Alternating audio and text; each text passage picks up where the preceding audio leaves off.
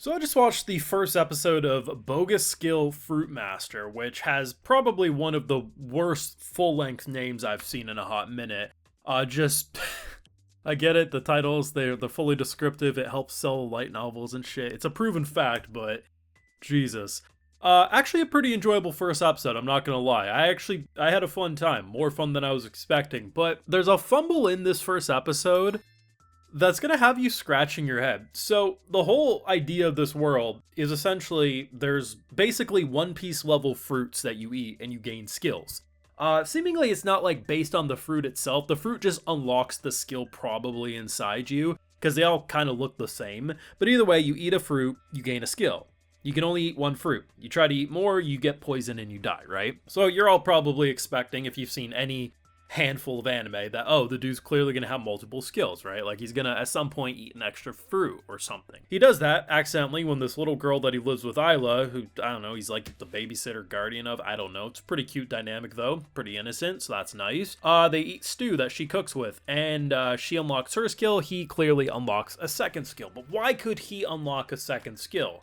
So he ends up, he gets his skill Fruitmaster. It's probably one of the worst skills possible at face value. He can slightly grow fruit a little bit quicker, and he can pick the shit a little bit quicker. It's pretty shitty. But apparently he's also immune to poison. So the idea of eating a second fruit doesn't poison him. So he unlocks Sword God mode, meaning he's going to be a badass with a sword. He has 2 giant crates of fruit. And he learns that he is immune to poison. And the first thought he has isn't, well, shit, I should just probably pop a bunch of these. He's like, no, I'm just going to stick to Sword God and Fruitmaster. We're probably going to get to episode 7 before someone's like, hey, if you're immune to poison, why don't you just eat another one? And he'll be like, oh shit, maybe I should do that. I don't know, it's such a funny fumble because it's like, it's such a dumb mistake. Like, dude immediately learns he's immune to poison and doesn't, and the first thing he does isn't to try to eat more to gain even more skill. I get that he just wanted like a skill to be an adventurer, but goddamn, man. I mean, granted, he probably doesn't need more skills given what we've seen, but still, like, what the Eat another fruit, my guy. Goddamn.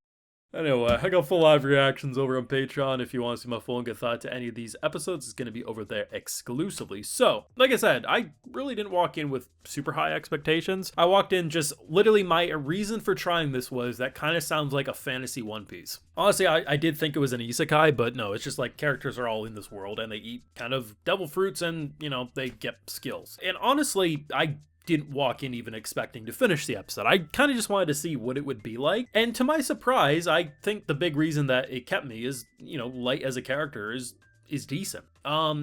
He's definitely a very nice character, but he's not a pushover either. So like when characters are trying to be like, oh, you bumped into me, asshole, he's like, yeah, okay, whatever. And then he tries to swing, he uses his skill. He's like, I don't think so, boss.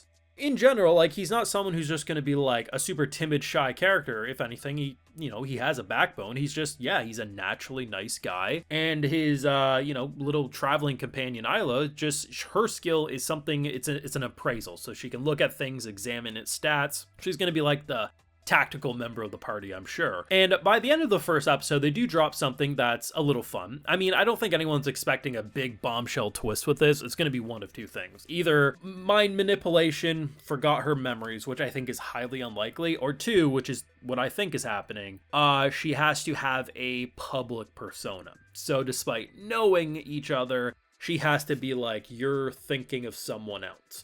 And if that's the case, what will probably happen at some point is they'll have a private conversation, but because she has an image to uphold, like, that's probably why. But for him, it's a shattering realization that I haven't seen my childhood friend in 3 months and she says she doesn't know me, so yeah.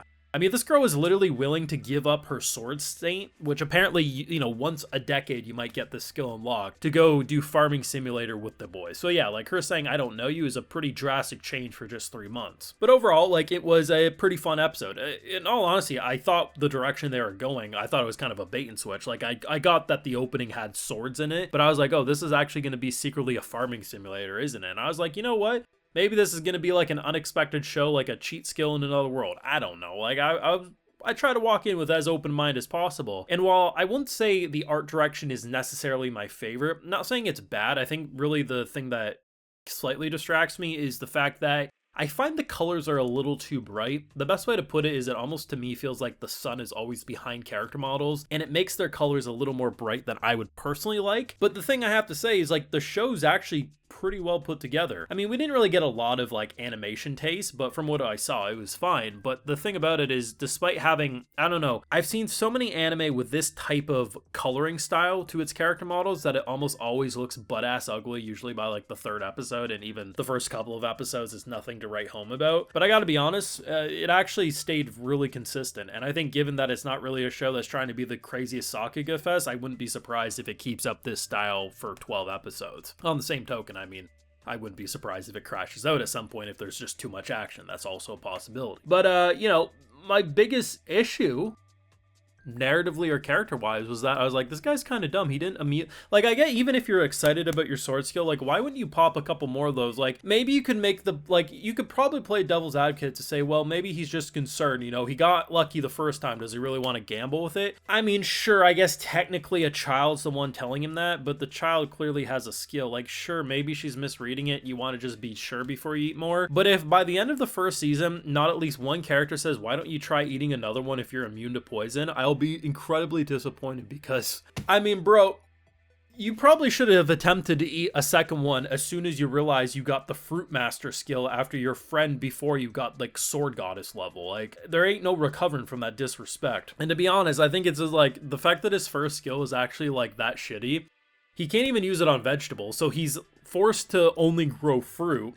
And the fact that it's just, like, he harvests a little quicker and the crops slightly grow faster. It's like, that's like even worse than I thought. I really thought the direction they were going was that he was going to grow the specialty fruit and like somehow his Fruitmaster skill would make it so people could eat more than one. Like that's the direction I thought it was going. Maybe that would have been more interesting than what they went, but still, I did like how they handled him accidentally eating a second one. A little girl being like, oh, this shit just looked real tasty. Like, bro, like, should you really let, like, something that could easily kill you if you eat multiple around a child who doesn't know about this? Like, that's kind of a dumb shit to do, but I like that at least it doesn't make the character seem brain dead. He was just more ignorant than anything. But I had a fun time. I'm not going to say this is going to be a great anime for 12 episodes. I'm not saying I'm going to watch it for 12 episodes, but for right now, they have my interest for an episode 2, and yeah, we'll see where it goes. But if you're like me, you check this one out because you're like, you know what? That's a ridiculous title, but kind of gives me a little slight One Piece vibes. What did you think of the episode? Or maybe you checked it out because I made this video. What are your thoughts, and are you going to check out episode 2 next week? Let me know down below. Leave a like if you enjoyed. Subscribe if you're new around here. Of course, ring that bell. And like I mentioned, got those full live reactions over on Patreon. And hey, while you're over there, I'll also give you a video shout out. All right, so today we got W,